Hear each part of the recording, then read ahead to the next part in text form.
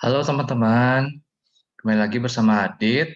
Hari ini saya akan mau menjelaskan suatu materi dari World History pelajaran.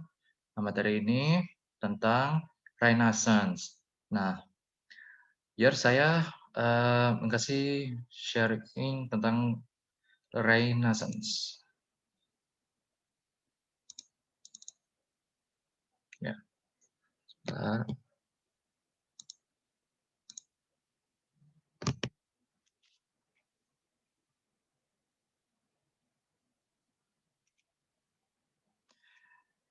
Nah, yuk, mari kita mempelajari tentang Renaissance. Nah, Renaissance itu adalah kurun waktu dalam sejarah Eropa dari abad ke-14 sampai ke-17 yang merupakan zaman peralihan dari abad pertengahan ke zaman modern. Jadi, pandangan-pandangan tradisional lebih menyoroti aspek-aspek awal zaman modern dari Renaissance, sehingga menganggapnya terputus dari zaman sebelumnya, yaitu zaman pertengahan. Jadi, ini adalah pergantian waktu era dari zaman pertengahan ke zaman yang lebih modern, yaitu Renaissance. Nah, mari kita lanjut.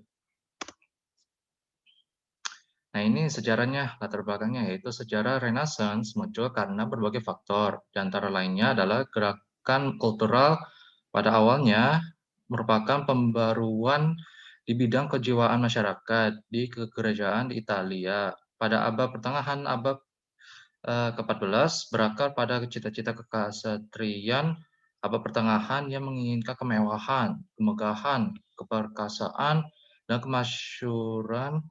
Mereka mensitasakan gagasan Kristiani dengan pemikiran klasik Yunani dan Romawi. Pada masa Renaissance muncul aliran yang menetapkan kebenaran berpusat pada manusia yang kemudian disebut dengan humanisme. Aliran ini lahir disebabkan kekuasaan gereja yang telah menafikan berbagai penemuan manusia. Bahkan dengan doktrin dan kekuasaannya, gereja telah meredam para filosofis dan ilmuwan yang dipandang dengan penemuan ilmiahnya. Telah mengingkari kitab suci yang selama ini diacu oleh kaum Kristiani. Nah, ini bisa lihat gambar-gambarnya ini pada masanya dari masa Romawi ke masa pertengahan Dark Age atau Middle Age. Nah, lanjut. Selain itu, pada saat itu mengalami masa kegelapan karena kepentingan pemikiran yang dikuasai oleh para pemimpin gereja. Middle Age merupakan zaman di mana orang Eropa sedang mengalami masa yang suram.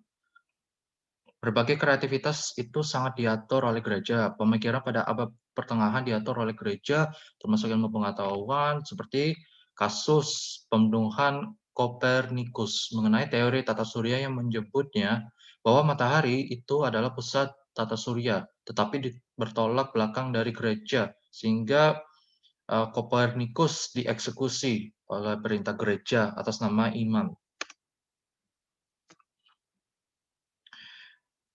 Nah, ini sebab-sebab dari peristiwa Renaissance, yaitu pertama kondisi sosial. Saat itu kehidupan masyarakat Eropa terikat pada doktrin gereja. Segala kegiatan kehidupan ditujukan untuk akhirat. Jadi,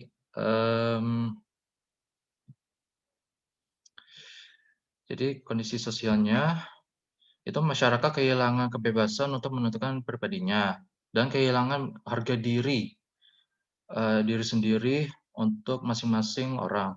Dan yang kedua yaitu kondisi budaya, yaitu terjadi pembatasan seni dalam arti bahwa seni hanya sebagai tentang tokoh-tokoh Injil dan kehebatannya gereja. Jadi semua kreasi seni ditujukan kepada kehidupan akhirat, sehingga budaya waktu itu tidak berkembang. Yang ketiga yaitu kondisi politik. Raja secara teoritis merupakan pusat kekuasaan politik dalam negara. Kenyataannya hanya menjadi juru damai. Ini dapat diartikan bahwa kekuasaan politik ada pada kelompok bangsawan dan kelompok gereja. Keduanya itu memiliki pada masa itu memiliki pasukan militer yang pada waktu itu dapat melancarkan ambisinya, bisa membunuh, bisa menguasai suatu wilayah juga. Nah, ini sekarang faktor mempengaruhinya. Yang pertama itu implikasi yang sangat signifikan yang ditimbulkan oleh gerakan ilmuwan dan filsafat. Ini biar saya jelaskan. Yang pertama itu implikasi yang sangat signifikan ditimbulkan oleh gerakan keilmuan dan filsafat. Pada saat itu udah ada banyak tokoh yang mulai berpikir bebas dari pengaruh gereja sehingga menyebabkan Renaissance bisa terjadi. Kemudian yang kedua itu pasca penaklukan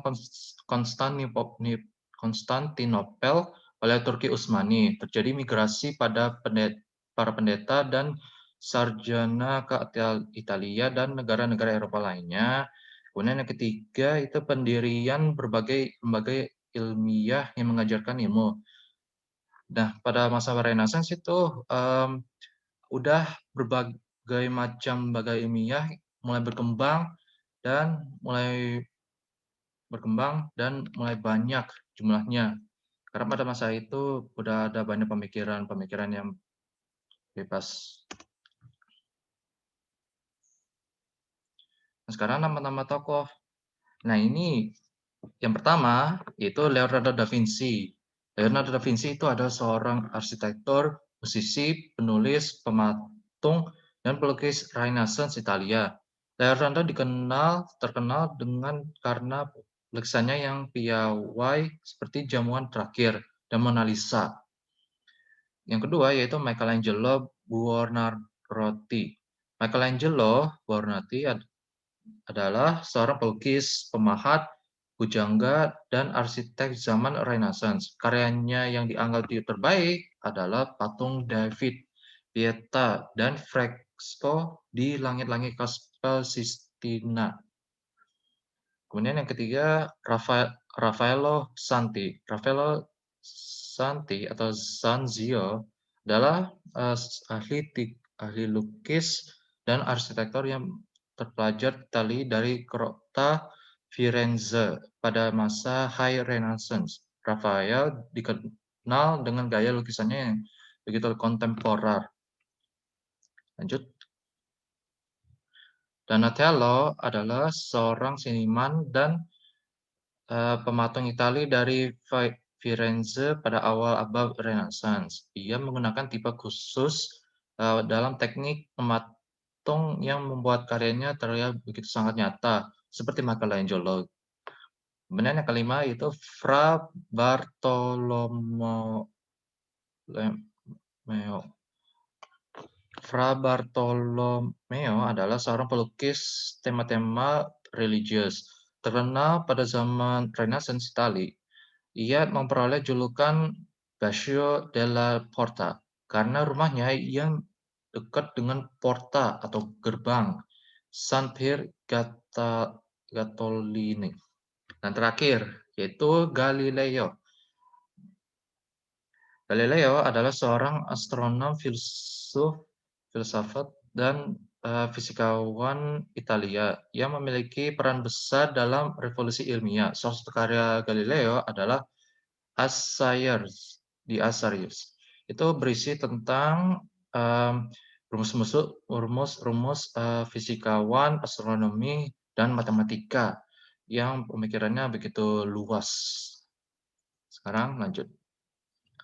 Nah, ini dampak Renaissance terhadap dunia, yaitu adanya perubahan dalam bidang agama dan ilmu pengetahuan, kebangunan kembali dari peradaban zaman ini, yaitu membongkar hasil dari peradaban Yunani dan Romawi, atau lebih tepatnya ini membongkar dan melanjutkan hasil dari peradaban Yunani dan Romawi. Kemudian Renaissance telah membentuk masyarakat perdagangan yang lebih berdaya maju. Kemudian tumbuhnya kebebasan, kemerdekaan, dan kemandirian individu. Terus, Renaissance telah melahirkan tokoh-tokoh perubahan di Eropa, seperti yang saya jelaskan tadi. Dan terakhir, yaitu mendorong pencarian daerah baru.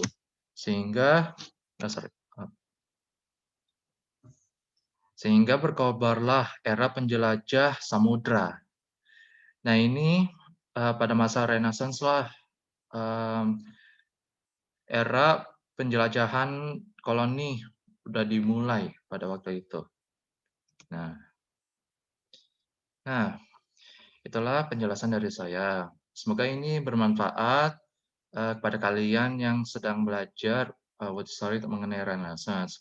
Mohon maaf bila ada kesalahan tentang kata-kata yang saya berkata saat menjelaskan. Semoga ini bermanfaat. Terima kasih.